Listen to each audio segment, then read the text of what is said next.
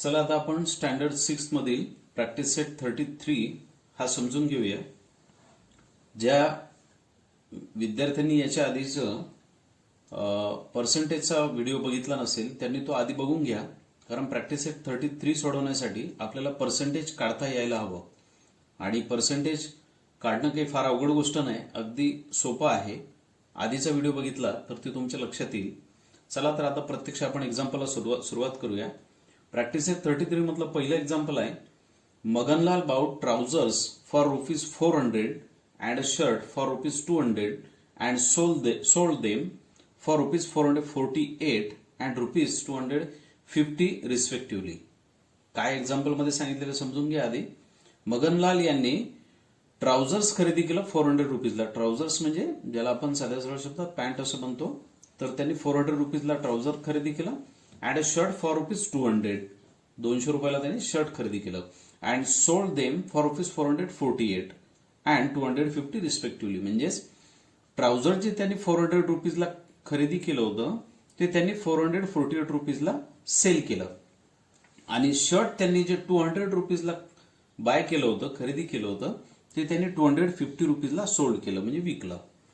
तर आपल्याला विचारलेलं काय, which of these transactions was more profitable.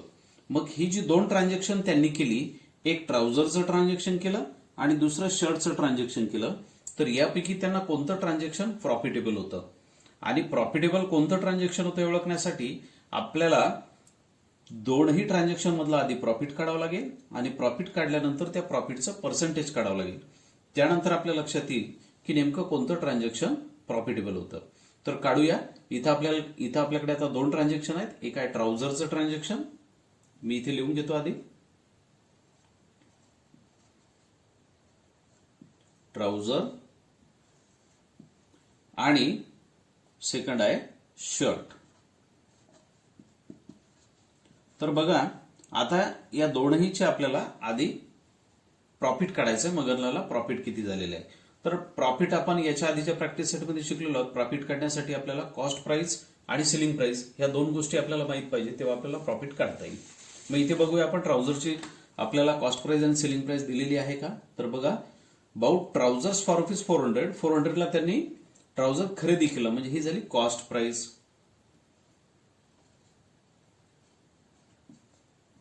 Cost price is equal to 400. आणि ट्राउझरची सेलिंग प्राइस किती आहे, 448. ही होईल सेलिंग प्राइस.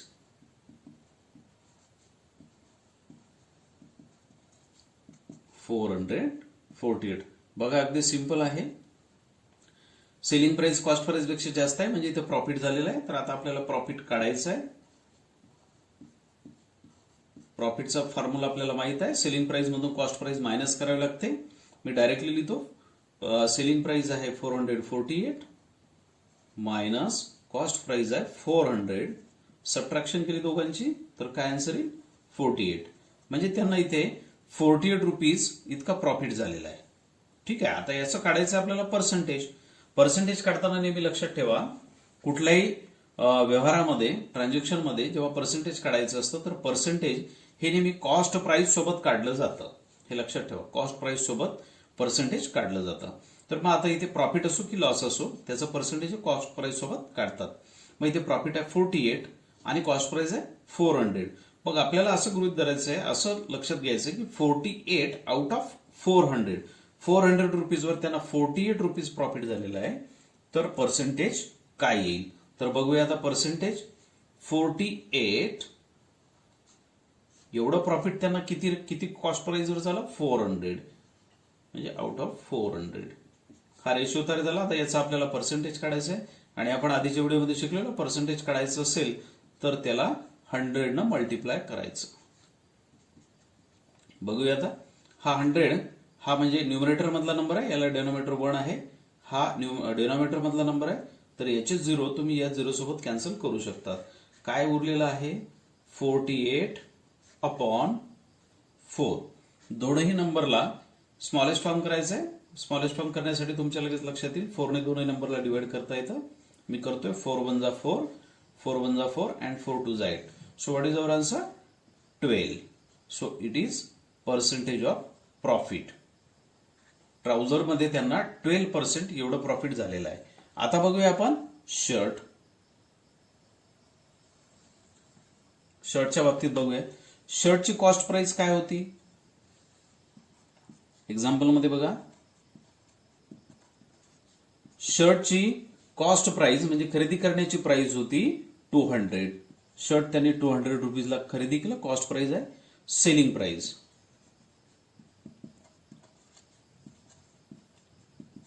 प्राइस शर्टची किती होती 250 रुपीज. आता त्यांना प्रॉफिट झालेला आहे. आपल्याला प्रॉफिट काढायचं आहे. प्रॉफिटसाठी सेलिंग प्राइस मधून कॉस्ट प्राइस आपल्याला मायनस करावी लागेल. म्हणजेच 250 मधून 200 मायनस करावे लागतील. 250 minus 200 is equal to what 50. तर त्यांना 50 रुपीज एवढं प्रॉफिट झालेलं आहे. आता काढायचं आहे आपल्याला प्रॉफिटचं पर्सेंटेज शर्टचं. तर आता इथे प्रॉफिट आहे 50 रुपीज आणि हे 50 रुपीज कितीपैकी प्रॉफिट आहे तर 200 पैकी. म्हणजे कॉस्ट प्राइस होती 200 रुपीजवर त्यांना 50 रुपीज इतकं प्रॉफिट झालेलं आहे. म्हणून इथे मी डेनोमिनेटर मध्ये नंबर घेणार 200. आता याचं पर्सेंटेज काढायचं आहे. पर्सेंटेज काढायचं असेल तर त्याला 100 न मल्टिप्लाय करायचं. हे 20 या 20 सोबत कॅन्सल होतील. काय नंबर उरलेले आहेत खाली लिहून घेऊया. 50/2 दोघांना स्मॉलेस्ट फॉर्म केला. 2 1 जा 2 2 25 जा 50. इथे आन्सर येणार 25. म्हणजे पर्सेंटेज किती आलं 25%. मग बघा आता पर्सेंटेज बघून तुमच्या लक्षात येईल. ट्राउझर मध्ये त्यांना प्रॉफिट झाला 12% आणि शर्ट मध्ये त्यांना प्रॉफिट झाला 25%. मग कुठलं ट्रान्झॅक्शन प्रॉफिटेबल होतं तर शर्टचं. मग आपल्याला आन्सर काय लिहावं लागेल. Transaction of shirt is more profitable. आता प्रॅक्टिस सेट 33 मधील एक्झाम्पल नंबर 2 आपण समजून घेऊया. Ramrao bought a cupboard for ₹4,500 and sold it for ₹4,950. Ramrao यांनी कबर्ड विकत घेतलं 4,500 रुपीजला अँड सोल्ड इट फॉर ₹4,950. 4,950 ला सोल्ड केलं. Shyamrao bought a sewing machine यांनी एक मशीन विकत घेतली. सेव्हिंग मशीन शिलाई कामाची machine for ₹3,500 and sold it for ₹3,920. ती मशीन त्यांनी 3,500 ला विकत घेतली आणि 3,920 ला सेल केली. Whose transaction was more profitable. मग रामराव आणि श्यामराव यांच्यापैकी कोणाचं ट्रान्झॅक्शन हे प्रॉफिटेबल आहे हे आपल्याला विचारलेलं आहे. चला तर मग काढूया. आता इथे आपल्याला दोघांचे ट्रान्झॅक्शन आहे तर आपण 2 भाग करूया. एक रामराव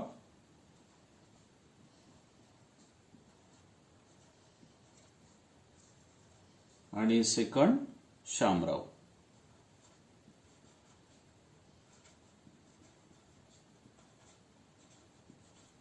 आता या दोघांचेही आपल्याला पर्सेंटेज काढायचं आहे प्रॉफिटचं. आपल्याला हे सांगितलेलं आहे की दोघे प्रॉफिटमध्ये आहेत तर दोघांचं प्रॉफिटचं पर्सेंटेज किती.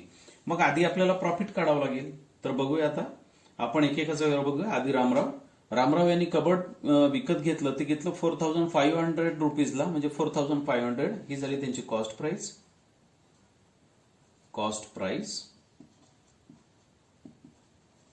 इज इक्वल टू 4,500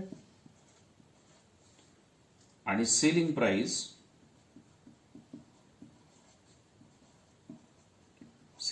किती होती रामराव यांची 4,950. 4,950. मग यांचं इथे आपल्या लक्षात येते की यांना प्रॉफिट झालेला आहे तर हा प्रॉफिट आपण काढूया. Profit is equal to selling price minus cost price. Selling price आहे 4,950 मायनस 4,500. दोघांची जर सबट्रॅक्शन केली तर आपल्या लक्षात येईल प्रॉफिट आहे 450. आता 450 एवढं रामराव यांना प्रॉफिट झालं तर याचं पर्सेंटेज किती. आपण आधीच्या एक्झाम्पल मध्ये बघितलं की कुठले प्रॉफिट असो की लॉस असो पर्सेंटेज काढायचं असेल तर ते कॉस्ट प्राइस सोबत काढतात. म्हणजे कॉस्ट प्राइस 4,500 आहे तर याच्यासोबत आपल्याला 450चं पर्सेंटेज काढावं लागेल. सो रेशो काय तयार होईल 450 आउट ऑफ 4500. 4500 रुपीजवर त्यांना 450 एवढा प्रॉफिट झाला. मग याचं पर्सेंटेज काढायचं आहे, तर पर्सेंटेज काढण्यासाठी आपल्याला माहित आहे 100 by multiply 100 with multiply with 100. हे 20 या 20 सोबत कॅन्सल होतील. उरलेले अमाऊंट खाली घ्या. 450 अपॉन 45. बघितल्याबरोबर आपल्या लक्षात येईल की इथे 45 दिसत आहेत, म्हणजे दोन्ही नंबरला आपण 45 ने डिवाइड करू शकतो. 45 45 and 45 10 are 450. So what is percentage of profit? 10%. तर रामरावचं पर्सेंट आलं 10% profit.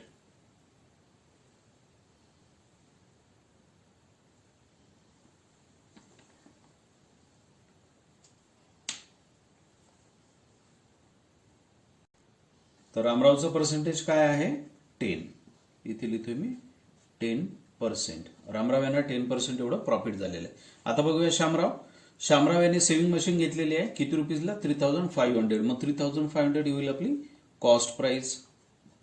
Cost price is equal to 3500 ही अमाऊंट. आणि सोल्ड इट फॉर रुपीज 3920 म्हणजे ही होईल सेलिंग प्राइस.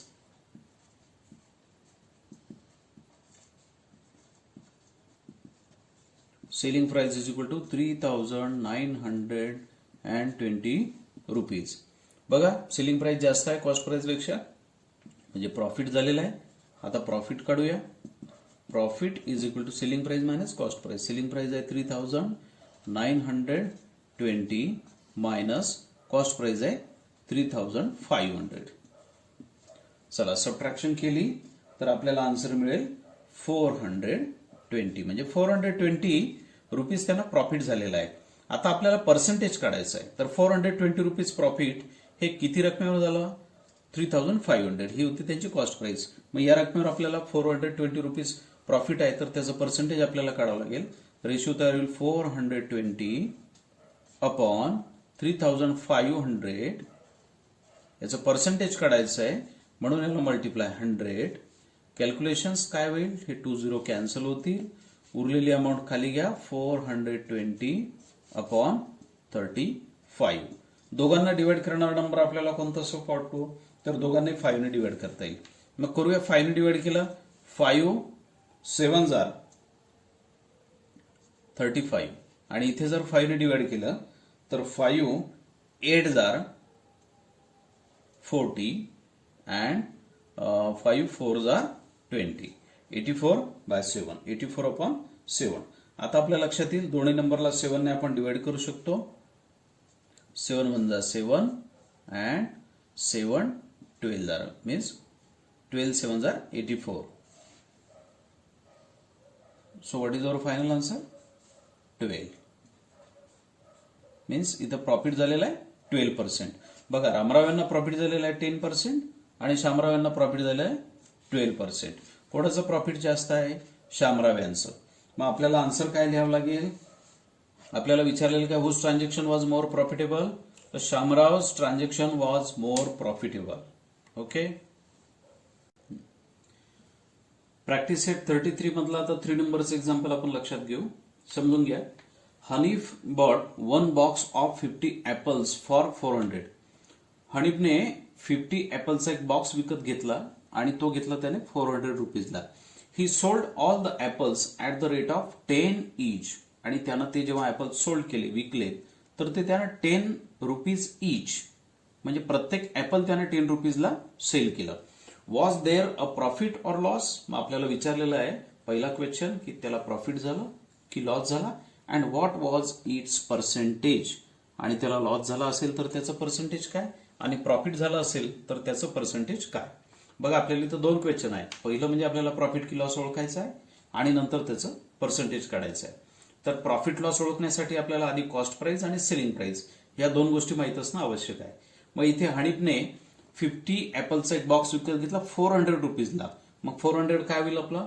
Cost price. मग इथे लिहूया आपण cost price. Cost price is equal to 400. And sold all the apples at the rate of 10 each. आणि एक ऍपल 10 रुपीजला याप्रमाणे त्यानं सर्व ऍपल सोल्ड केले. आता इथे आपल्याला डायरेक्टली ऍपलची एकूण सेलिंग प्राइस दिलेली नाहीये, आपल्याला ती काढावं लागणार. मग काढण्यासाठी इथं आपल्याला ऍपल्स किती आहेत 50 आणि एक ऍपल केवढ्याला विकलं त्यानं 10 रुपीजला. मग सेलिंग प्राइस काय निघेल, कशी काढता येईल, सेलिंग प्राइस बघा एक ऍपल 10 रुपीजला त्याने सोल्ड केलं, असे 50 ऍपल्स होते. म्हणजेच टोटल सेलिंग प्राइस काढण्यासाठी आपल्याला काय करावं लागेल 50 इंटू 10. 50 इंटू 10 काय येईल आन्सर 500. म्हणजे 500 रुपीज त्याला सेलिंग प्राइस मिळाली. 500 रुपीज त्याला मिळाले आणि त्याने खर्च केले होते 400 रुपीज. ही झाली कॉस्ट प्राइस. कोणती प्राइस जास्त आहे, सेलिंग प्राइस जास्त आहे. मग यावरून आपण सांगू शकतो की त्या व्यक्तीला काय झालेलं आहे, प्रॉफिट की लॉस. Yes, profit. त्या व्यक्तीला म्हणजे हनीफला प्रॉफिट झालेला आहे. मग आपण पहिला क्वेश्चन ओळखलेला आहे, प्रॉफिट झालं की लॉस झाला, तर इथे प्रॉफिट. मग आता आपल्याला प्रॉफिटचं पर्सेंटेज काढायचं आहे, तर त्यासाठी आपल्याला पहिले प्रॉफिट काढावं लागेल. किती झालं प्रॉफिट. प्रॉफिट काढण्यासाठी काय करावं लागेल आपल्याला, सेलिंग प्राइस मधून कॉस्ट प्राइस मायनस करावं लागेल. सेलिंग प्राइस आहे इथे 500 मायनस कॉस्ट प्राइस आहे 400. दोघांची सबट्रॅक्शन केली तर आन्सर 100. म्हणजे प्रॉफिट झालेलं आहे हनीफला 100 रुपीजचं. मग आता याचं पर्सेंटेज काढायचं आहे आपल्याला की त्याला किती पर्सेंट प्रॉफिट झालं. तर पर्सेंट काढण्यासाठी आपल्याला माहित आहे पर्सेंट आपण कशासोबत काढतो, कॉस्ट प्राइस सोबत. मग कॉस्ट प्राइस आहे इथं 400. बघा आता पर्सेंटेज काढायचं आपल्याला, तर